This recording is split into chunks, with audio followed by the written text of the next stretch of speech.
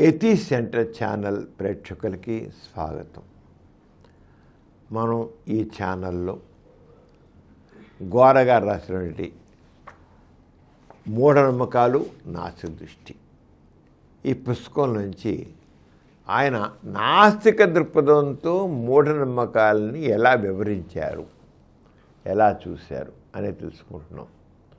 చాలా విషయాలు మనం తెలుసుకున్నాం. ఇవాళ మహిమల మనస్తత్వం సామాజిక రోగం.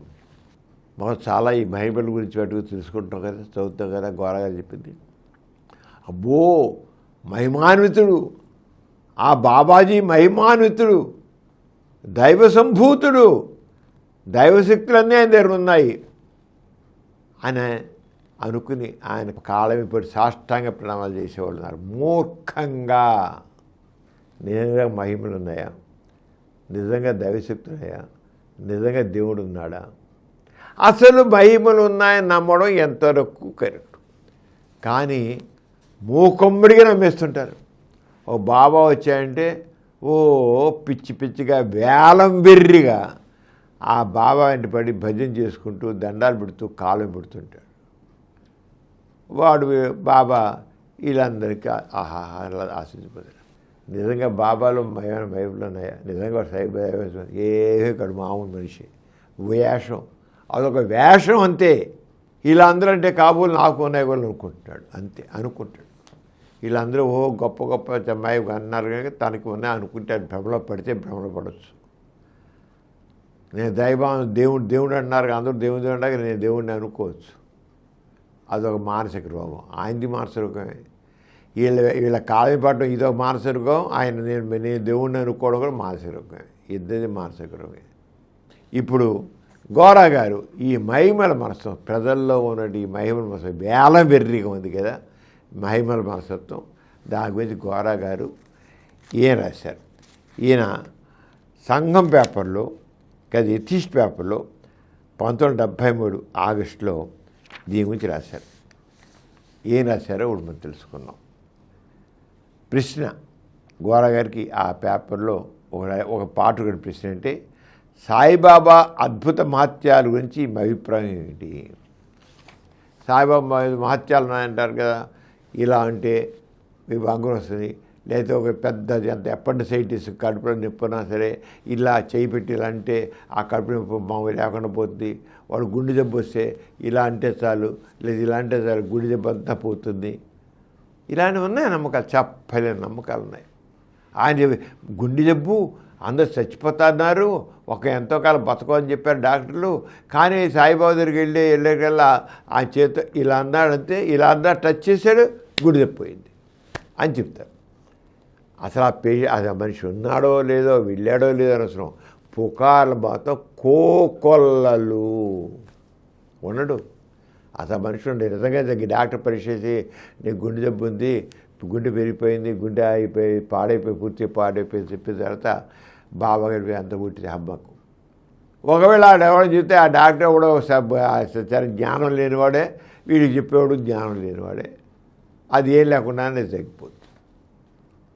అంచేత అవన్నీ ఒట్టిది కట్టు కథలు లేకపోతే బోరకు. మరి గోరగారు దానికి సమాధానం ఇచ్చారు.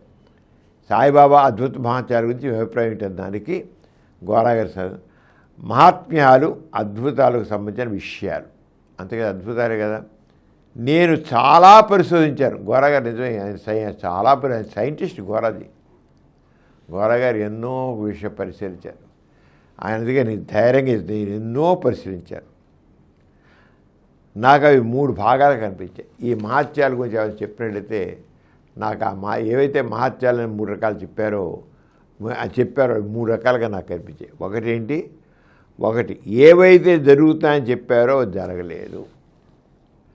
ఆయన ఎవరికో ఇలా అయిపోయింది, తగ్గిపోయింది, గుండె దెబ్బ తగ్గిపోయింది, అంత అయిపోయింది అన్నారు. అదేం తగ్గలేదు, అది ఒట్టిది, అది పుకారు, అదంతా అలాగే ఉంది.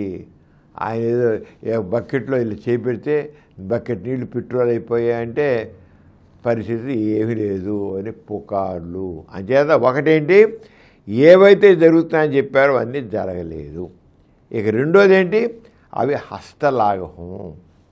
ఏదో సృష్టించి ఇచ్చారు, ఇలా శూన్యంలో చేసి ఇచ్చాడు కదా, ఉంగరం ఇచ్చారు, శూన్యం చేసి గొలుసు ఇచ్చాడు, శూన్యం చేసి విభూతి ఇచ్చాడు అనేవి అంతా గారడి ట్రిక్కు. అది దైవమహత్యం కాదు, గారడి ట్రిక్కు. మామూలుగా రోడ్డు పక్కన కూడా వాడు 10 పైసలకి ఆ పావులకి వాడు ట్రిక్కులు చేసి పుచ్చుకుని చేస్తాడు. రోడ్డు అడగకుండా డబ్బులు అడగకుండానే చేస్తే జనాలు 10 పైసలు 20 పైసలు పడేసిపోతుంటారు. వాడెంతో వీడంతే. రోడ్డు మీద గాడి ట్రిక్కులు చేసేవాడు ఎంతో, ఈ వీణ అంతే, ఏం తేడా లేదు. అంచేత ఆ కేవలం హస్తలాఘవం.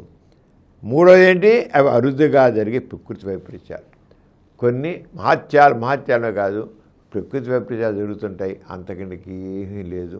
అంటే 3 రకాలు ఉన్నాయి.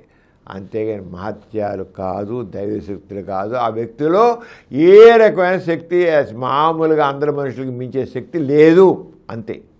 గోరగారు చెప్పారంటే ఏ వ్యక్తిలో అయినా మహత్యాలు ఉన్నాయి, మహత్యమైన శక్తి ఉంది, గొప్ప శక్తి ఉంది చెప్పేది ఒట్టిది.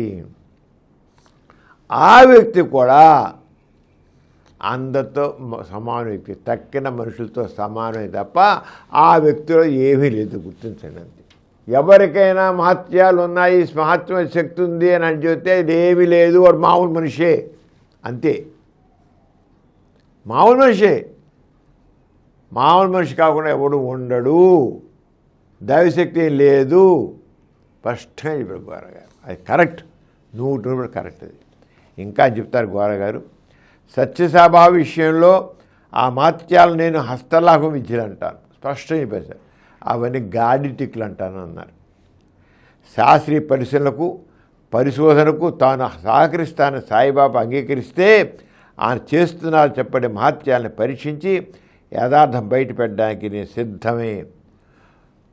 మరి ఆయన నిజంగా ఆయన చేస్తుంటే, నిజంగా శక్తి ఉంటే నేను కాదని అంటున్నాం కదా, నేను పరీక్షిస్తాను, నిర్మాణం చూడడం. శూన్యాలను చెప్పిస్తా అన్నాడు కదా, నేను పరీక్షిస్తాను. శూన్యాలను చేసి సృష్టించలేవు, అది ఒట్టిది. నువ్వు సృష్టిస్తా అన్నావు, నేను చూస్తాను, పరీక్షిస్తాను, నిలబడు ఆయన గోరగారు. లోగడ కొన్ని సందర్భాల్లో సాయిబాబా గారి శిష్యులు కొంతమంది ఇదే రకమైన ప్రశ్న నన్ను వేశారు. ఆయన మహత్యాలు ఉన్నాయి, చాలా గొప్ప చేస్తున్నాడు, ఇవి చేస్తాడు అని చెప్పి నాకు చెప్పారు. వారికి నేను ఈ సమాధానమే చెప్పాను. తర్వాత నాకు తెలిసింది ఏమిటంటే, సాయిబాబా గారు వారి వ్యవహారాలు చూసే నిర్వాహకులు పరీక్షకు అంగీకరించారు. ఇంతనే వస్తాను, నేను పరీక్ష చేస్తాను, నిలబడును. నువ్వు ఉంగరం సృష్టిస్తున్నావు కదా, వాతిని సృష్టిస్తున్నావు కదా, గుడిసెలు సృష్టిస్తున్నావు కదా, నీళ్ళని పెట్రోల్ చేస్తున్నావు కదా, నేను పరీక్ష చేస్తాను అంటే సాయిబాబా లేదు, వాళ్ళ సెక్యూరిటీ కూడా ఏమాత్రం కూడా అంగీకరించలేదు. అంటే ఏంటి, మోసగాడు ఇప్పుడు ఒప్పుకోడండి, పెద్ద మోసం అన్నమాట అది. అమాయకుల ప్రజల్ని మోస మాటలతో, దగా మాటలతో చేయడం, అంతకనికి లేదు. ఇప్పుడు ఈ ప్రశ్న వేసేవాడిని కూడా నేను అదే సవాలు చేస్తాను. నించమనండి, టెస్ట్కి నిలబడమని చెప్పండి. నన్ను ప్రశ్నిస్తున్నారు కదా, నేను రెడీగా ఉన్నా పరీక్ష చేయడానికి. నేను వస్తాను, నేను పరీక్ష చేస్తాను, నేను చూస్తాను. అదే పక్షం చెప్తున్నానని గోరగారు. ఎవరైతే నన్ను ప్రశ్నిస్తున్నారో వాళ్ళని సాయిబాబా గారిని ఇలా నిర్ధారణ నిలబడించమండి, పరీక్షకు నేను సిద్ధంగా ఉన్నాను. రోగులు వైద్య పరీక్షకు అంగీకరిస్తారు. మామూలుగా ఏదైనా రోగం ఉందనుకోండి, వాడు పొంగిపోతాడు. ఆరగానే మహత్యాల నమ్మకం సామాజిక రోగమని నేను భావిస్తాను. ఇది కేవలం ఒక రోగం అంటాను, సామాజిక రోగం అంటాను. వీళ్ళు జనాలు నమ్మడం అనేది ఒక సామాజిక రోగం, అంతకేం లేదు. అంటే సాయిబాబా ఈ సామాజిక రోగాన్ని ఆసరా తీసుకుని, ప్రజల్లో ఉన్న మహత్యాల మనస్తత్వాన్ని ఆధార చేసుకుని ఆయన నాటకాలు ఆడుతున్నాడు, డ్రామాలు ఆడుతున్నాడు, కప్పటి వేషాలు వేస్తున్నాడు. అది నేను తెలుసున్నా. సత్యసాయిబాబా అటువంటి గాడి రోగానికి ఒక మూలము. ఈ సామాజిక రోగానికి, మహిమల మనసు రోగానికి పెంచి పోషించడానికి సాయిబాబా మూలం. ఎందుకంటే జనాల్లో ఉండే మౌఢ్యాన్ని పెంచి పోషించడానికి, ఈ సామాజిక రోగాన్ని పెంచి పోషించడానికి సాయిబాబాకి లాభం ఉంది. ఆహా ఓహో పోతే జనం అంతా పిచ్చి వేల పడుతుంటే ఆయన భజన చేస్తుంటే ఈయన గొప్పలాగా పోయి చేస్తుంటాడు. ఆయన కూడా కారణమే. పరీక్షకి నిలబడి తీరాలని సత్యబాబును డిమాండ్ చేయాలి. సరే అంతే వాళ్ళ శిష్యులు ఉన్నారు కదా, ఏదో నన్ను సవాల్ చేస్తున్నారు కదా, చేస్తాడు చూడండి చేస్తున్నాడు అని అన్నారు కదా, నేను చూస్తాను, నేను కూడా అన్నాను, నేను పరీక్ష చేస్తాను అంటున్నాను, నిలబడమని చెప్పండి ఆయన ఈయన వాళ్ళు అంటున్నారు. కానీ సాంప్రదాయంగా వస్తున్న మత ఆచారాల గౌరవంలో ఆయన తలదాచుకుంటున్నారు. ఎంతమందో మౌఢ్యం ఉన్నారు కనుక ఆ మౌఢ్యాన్ని అడ్డు పెట్టుకుని వాళ్ళలో ఉన్న మూఢనమ్మకాలను అడ్డం పెట్టుకుని ఈయన నాటకాలు ఆడుతున్నాడు. వాళ్ళు అడ్డం పెట్టుకుని ఆ వ్యక్తుల్ని ఆయనకు నిజంగా సత్యం మీద ఆపేక్ష ఉంటే సత్య సాయిబాబా అన్నారు కదా, ఆ సత్య సాయిబాబా సత్యం మీద నిజంగా ఆపేక్ష ఉంటే శాస్త్రీయ పశువుని నిర్ధారంగా అంగీకరించాలి. సత్యం మీద నిలబడండి, సత్యం. ఈ ప్రశ్న వేసిన వారు నిజాన్ని బయట పెట్టించే బాధ్యత వహిస్తే సాయిబాబా మహాప్రయాలను నిజాన్ని తెలుసుకునే స్థితిలో సహకరించుటకు వాడి యథార్థాన్ని నిరూపించుటకు నేను సిద్ధంగా ఉన్నాను. శూన్యంజీవి విభూతి తీయడం, వాచీలు బంగారం సృష్టించడం, నీళ్లు కురిపించడం వంటివి పరీక్షించడానికి వీలైనవి కూడాను. వీలైన పరీక్ష చేయొచ్చు. వాచీలు ఇస్తానన్నా, విభూతి ఇస్తానన్నా, ఇంకోటి ఇస్తానన్నా, వర్షం కురిపిస్తానన్నా పని నేను చూస్తాను చాలా ఈజీగా. మహత్యాలు అసలు లేవు అని చెప్పి ఘోరగా చెప్పేస్తున్నారు. మహత్యాలు అనేవి లేవు. భయము ఆశ్చర్యం ఎక్కువగా ఆవహించిన ఆదిమ సమాజ మనసుకు అసాధారణ విషయాలు మహత్యాలుగా కనిపిస్తాయి. ఈ జనం ఉన్నారే ఈరోజు ఈ నాగరిక సమాజంలో ఉండి కూడా ఇంకా ఆదికాలపు మనస్తత్వం వీళ్ళలో ఉండబట్టి వాడిని దగా చేసి మన నాటకాలు ఆడుతూ ఉంటే, డ్రామాలు ఆడుతుంటే, కపట వేషాలు ఇస్తుంటే, ఆదిమ కాలంలో మనిషి ఏ రకమైతే వర్షం కురిస్తే పైన దేవుడు వర్షం నీళ్లు పోస్తున్నాడో, కడవలోంచి నీరు పోస్తున్నాడో ఎలా నమ్మారో, ఈ రోజుకి ఆదిమ కాలం మనుషులకు అజ్ఞానం ఉండాలని బట్టి నమ్ముతున్నారు. అది కొరగా చెప్పింది. ఆధునికంలో ఉండి కూడా కానీ ఆది కాలం నాటి మనిషి యొక్క మనస్తత్వం ఈ రోజుల్లో ఆధునిక కాలంలో కూడా వాళ్ళు ఉంది. ఆ రోజున కూడా వర్షం వచ్చి ఎవడో పైన దేవుడు కడవలతో నీరు గుమ్మరిస్తున్నాడు, కొండలతో నీరు గుమ్మరిస్తున్నాడు, అదే వర్షం కురుస్తాడు అనుకున్నాడు. ఆరంగానే ఇక్కడ కూడా ఆ ఆదిమ కాలం నాటి మనిషి యొక్క మనసత్వాన్ని ఉంచుకొని ఈ ఆధునిక మానవుడు కూడా అదే మోఢ్యంలో ఉంటూ వాటిని నమ్ముతున్నాడు మూర్ఖంగా, మూఢంగా. మతనమ్మకాల వారు కొన్ని మహత్యాలు ఊహించుకొని తాము గొప్పవారు అనుకుని ఎవరిని బారాస్తారు వాటికి ఆపాదిస్తారు. అందుచేతనే పురాణాల నిండా మహత్యాలు ఉంటాయి. మతనమ్మకే గెలేవారు, మతాల మీద నమ్మకం ఉన్నవాళ్ళు, మతాలు నమ్మకం బట్టి ఇదంతా వస్తుందండి. మతాల నిండా, గ్రంథాల నిండా మీరు ఏ పౌరాణిక గ్రంథం తీసుకుని మత గ్రంథాలు అన్నింటిలో మహత్యాలు. అది మీరు బైబిల్ తీసుకోండి, ఖురాన్ తీసుకోండి, లేదా పురాణ గ్రంథాలు, హిందూ గ్రంథాలు తీసుకోండి, అన్నిట్లో ఇవే ఉంటాయి, అన్నీ ఇలాంటివి ఉంటాయి. అంచేతనే పురాణాల నిండా మహత్యాలు ఉంటాయి. రామాయణము, భారతము, బైబిల్ వంటి గ్రంథాలు ఇటువంటి కట్టుకథలకు ఉదాహరణలు. ఈ కట్టుకథలనే మత విశ్వాస పరులు గుడ్డిగా మహత్యాన్ని భావిస్తారు. ఈ ఆధునిక యుగంలో కూడా కొంతమంది ప్రసిద్ధ పురుషులు పరిశోధనాగారాల్లో హేతుయుక్తంగాను శాస్త్రీయంగా ఆలోచించి పనిచేస్తూ కూడా వ్యక్తిగత విషయాలు వచ్చేసరికి సాంప్రదాయబద్ధంగాను మత మోఢ్యంతో వ్యవహరిస్తున్నారు. ఈ పెంపకం అంతా మత నమ్మికలో మత ఆచారాలు సాంప్రదాయాలు పెరుగుతారు కదండి, ఈ మత గ్రంథాలే చదువుతుంటారు కదండి.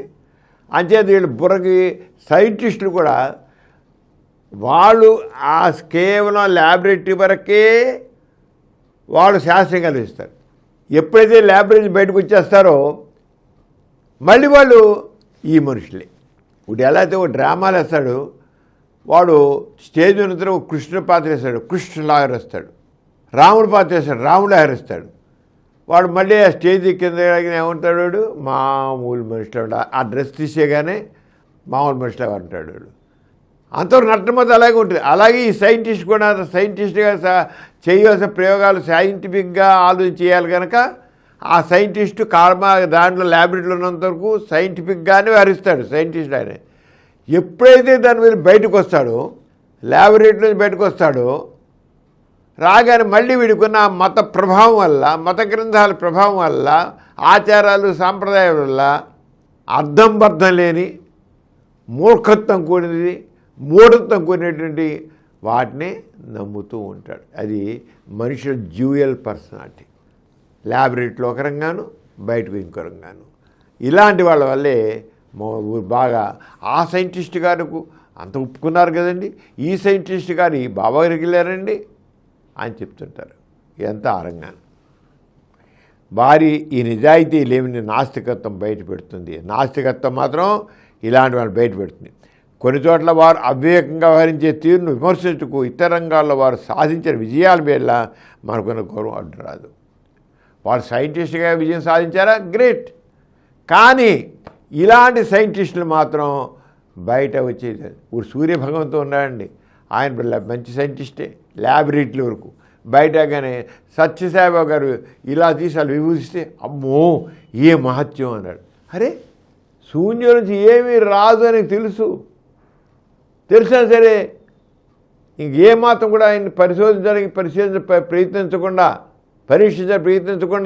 ఇలా బీబీస్తే అమ్మో గ్రేటు, నీళ్ళు ఎంత మార్చి ఉంది అన్నాడు ఆయన.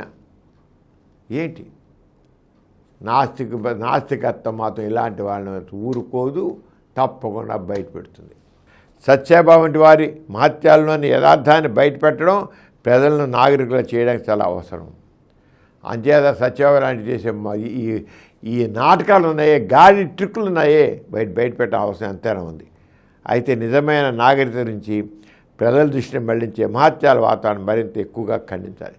ఇంకా ఈ మహత్యాల మనస్తత్వం వల్ల నష్టం కూడా ఉంది. అసలు వాస్తవాలు ఇదైపోతాయి. ఈ రకమైన మహత్యాల మానసిక స్థితి హిందువులను వెనక్కి నెట్టి ఉంచుతుంది.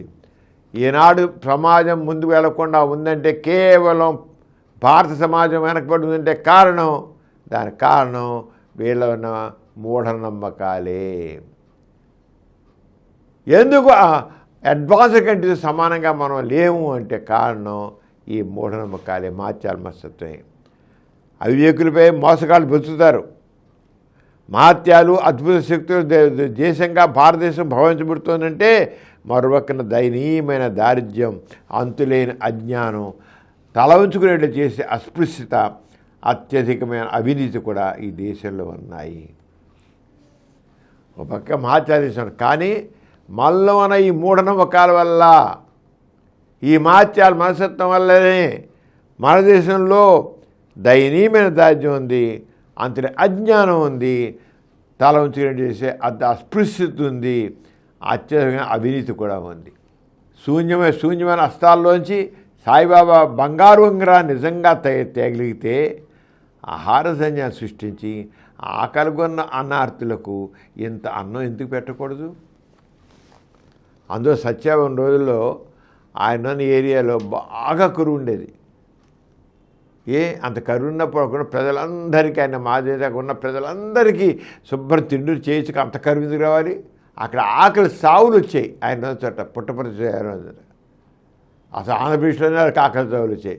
పశ్చిమ బెంగాల్లో చచ్చిపోయారు, లక్షల మంది చచ్చిపోయారు. ఆ మహానుభావుడు అంత మహత్యాలుంటే పంటలు పండించేయచ్చుగా, తిండి పెట్టాలంచండి, ఆయనే పెట్టవసంలా, వర్షాలు కురిపించవచ్చుగా, పచ్చ పంటలు పండించవచ్చుగా, అందరికి తిండి వచ్చేది చేయొచ్చుగా, ఎందుకు చేయలేదు? ఉంటే మహత్యం. జనాల్ని మూఢతలు చేసి చప్పట్లు కొట్టించుని శాసనప్రణాలు చేశారు తప్ప వాళ్ళల్లో సంఘ దృష్టి లేని సన్యాసులు. వీళ్ళందరూ సంఘ దృష్టి లేని సన్యాసులు. కేవలం వాళ్ళకి కావాల్సింది భజన, జనాలు చేసే భజన కావాలి, ఆహా ఓహో ఓహో అని పొగిడేవాళ్ళు కావాలి, అంతే తప్ప ఇంకోటి కాదు. మాచారని పచ్చి మోసాలు. అలా కాదంటే మానవ శేష దృష్టి వీరికి ఉంటే ఈ మహత్యాలు చేస్తామనే వారు బహిరంగ బయటకు వచ్చి తమ నిజాయితీని నిరూపించుకోవాలి. నిజంగా మార్చాలంటే నిలబండి, చూపించండి. ఎందుకు దొంగలాగా దాక్కోవడం ఎందుకు? నిజంగా శక్తిని బయటకు నిలబడు. ప్రజలకి తిండి, బట్ట, గౌరవము, సుఖము, శాంతి అనే సమస్యల నుంచి జనసమూహాన్ని తమ మోసాల ద్వారా వీరు పక్కదారి పట్టిస్తున్నారు. పైగా మహత్యాలో నమ్మకం నాగరికతాభివృద్ధికి ఆటంకం. ప్రజల ఆర్థిక రాజకీయ సమస్యల యథార్థ దృష్టి మహత్యాల్లోనూ అద్భుతాల్లోనూ ఆశ్చర్యాలు తప్పిపోకుండా ఉండే సశక్తి విశ్వాసం నాగరికతకి చాలా అవసరం. చివరి గోరగారు ఏమన్నారు? ఈ మహత్యాలు అంటే మహత్యాల గురించి ఈ అద్భుతాలు అంటూ ఏదో చెప్పారు మీట్లో కాదు.